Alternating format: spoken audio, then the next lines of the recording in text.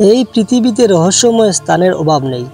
যেসব স্থানের রহস্যভেদ করতে পারেনি বিজ্ঞানীরা এবং বিশেষজ্ঞরা, এরকমই একটি রহস্যময় জঙ্গল জাপানের ফুজি পর্বতমালার উত্তর পশ্চিমে অবস্থিত। রহস্যময় জঙ্গলের নাম ওয়াকিহাগাহারা। এই জঙ্গলে প্রতি বছর প্রায় শতাধিক মানুষ আত্মহত্যা করেন। ভ্রমণ প্রিয় মানুষদের কাছে এটি খুব প্রিয় জায়গা, আর এটি আরও প্রিয় জায়গা আত্মহত্যাকারীদের কাছে। এক সমীক্ষা বলছে শুনশান এই অরণ্যে প্রায় প্রতি বছর শতাধিক জাপানি আত্মহত্যা করেন। সেই কারণেই এই জঙ্গলটির আরেক নাম আত্মহত্যা অরণ্য বা সুইসাইড ফরেস্ট বলা হয়েছে। সবুজ এবং সুন্দর এই অরণ্যের ভৌতিক গল্প বিশ্ববিখ্যাত। বিশ্বের দ্বিতীয় বিখ্যাত আত্মহত্যার স্থান হিসেবে এই অরণ্যকে গণনা করা হয়। শান্ত নিরিবিলি হওয়ায় বর্তমানে সেখানে পাহাড়ার ব্যবস্থা থাকলেও বহু আত্মহত্যা প্রবণ মানুষ তাদের কার্যসিদ্ধি করতে সক্ষম হন। জাপানিদের বিশ্বাস এই জঙ্গলে প্রাচীন প্রেতাত্মারা বাস করে, আর তারা এখানে আসা মানুষকে আত্মহত্যা করতে বাধ্য করে। জাপানি প্রাচীন গাথা অনুযায়ী উবাস নামক এক অঞ্চলের জাতির মধ্যে অদ্ভুত এক প্রথা ছিল। পরিবারের বয়স্ক মানুষদের তারা এই ওয়াকিগাহারা জঙ্গলে ছেড়ে দিয়ে আসতেন। সেখানে ঘুরতে ঘুরতে প্রাণ হারাতেন বৃদ্ধ বৃদ্ধারা। তাদের প্রেত আত্মা নাকি জঙ্গলে চেয়ে গেছে, আর সেই সব অশুভ আত্মার প্রভাবে নাকি এই জঙ্গলে আত্মহত্যা করার প্রবণতা বেশি। এই জঙ্গলের আয়তন প্রায় 35 বর্গ কিলোমিটার। জঙ্গলে গাছের ঘনত্ব এতটাই বেশি যে একে সি অফ ট্রিজ বা গাছের সমুদ্র নামে ডাকা হয়। এখানে প্রাণের অস্তিত্ব বিশেষ মিলে না। আত্মহত্যার দিক থেকে জাপানের গোল্ডেন গেট একে রয়েছে। টোকিও থেকে এই অরণ্যের দূরত্ব 2 ঘন্টারও কম। ওয়াকিগাহারা জঙ্গলে আত্মহত্যার প্রবণতা শুরু হয় 1950 সাল থেকে। 2002 সালে জঙ্গল থেকে উদ্ধার হয়েছিল 78টি মৃতদেহ। 2003 সালে সংখ্যাটা 100 ছাড়িয়ে যায়। 2004 সালেও শতাধিক ব্যক্তি এই জঙ্গলে আত্মহত্যা করেছেন। যত দিন গেছে মৃতের সংখ্যা বেড়েছে। পরবর্তী সময়ে জাপান সরকার আত্মহত্যার হার প্রকাশ করা বন্ধ করে দেয়। প্রধানত গাছে ফাঁসি দিয়ে বা মাদক গ্রহণ করে আত্মহত্যার প্রবণতা এই জঙ্গলেই বেশি।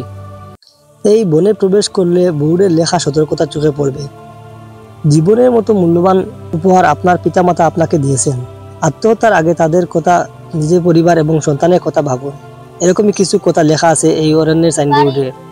কুয়াশা ঘেরা ঘন জঙ্গলের পায়ের নিচে কোথাও পচা পাতা, কোথাও আবার শুকনো। পূর্ণিমার চাঁদ উঠলে তাও চারদিকটা আবসা টাওয়ার করা যায়, কিন্তু অমাবস্যা তিথিতে এই জঙ্গল ভয়ঙ্কর। দেশের লোকে বলে এই জঙ্গল তেনারা থাকেন। এই জঙ্গলে একবার প্রবেশ করলে নাকি মনে হয় বুলবুলাইয়ায় ঢুকে গেছে। 1960 সালে সাইকো মাতসুমোটো নামক এক জাপানি লেখক টাওয়ার অফ ওয়েবস নামে একটি উপন্যাস লেখেন। বলা হয় সেই উপন্যাস প্রকাশের পর থেকে ওয়াকিগাহারা অরণ্যের আত্মহত্যার প্রবণতা বেড়ে যায়। এই উপন্যাসের 2টি চরিত্র এই বনে গিয়ে আত্মহত্যা করেছিল। অলৌকিকতার কথা বাদ দিলেও এখানকার প্রাকৃতিক রহস্য কম আকর্ষণীয় নয়। জঙ্গলটির মেঝে পুরোপুরি আগ্নেয়শিলায় তৈরি, ফলে এখানে পাথর খুঁড়ে রাস্তা তৈরি করা একরকম অসম্ভব। বনের ভিতরে অবশ্য স্থানীয় স্বেচ্ছাসেবকরা কাজ চালানোর মতো রাস্তা তৈরি করে দিয়েছেন। এই রাস্তা দিয়ে মৃতদেহ সংগ্রহ করা হয়।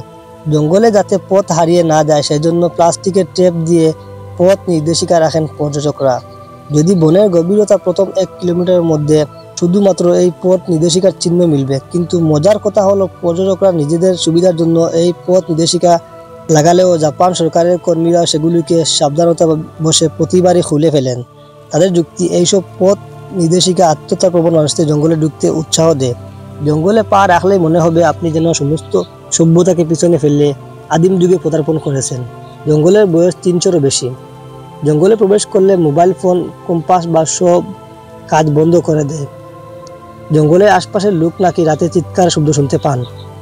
সুপ্রিয় দর্শক, আজকের ভিডিওতে এই পর্যন্তই। যদি কোনো ভুল তথ্য থাকে তাহলে সেটা আমার অনিচ্ছাকৃত। এই লেখাটি আমি সংগ্রহ করেছি। আশা করি সবার ভালো লাগবে। আর এরকম ভালো ভালো ভিডিও পেতে আমাদের চ্যানেলটি সাবস্ক্রাইব করবেন। সবাইকে অনেক ধন্যবাদ। খোদা হাফেজ।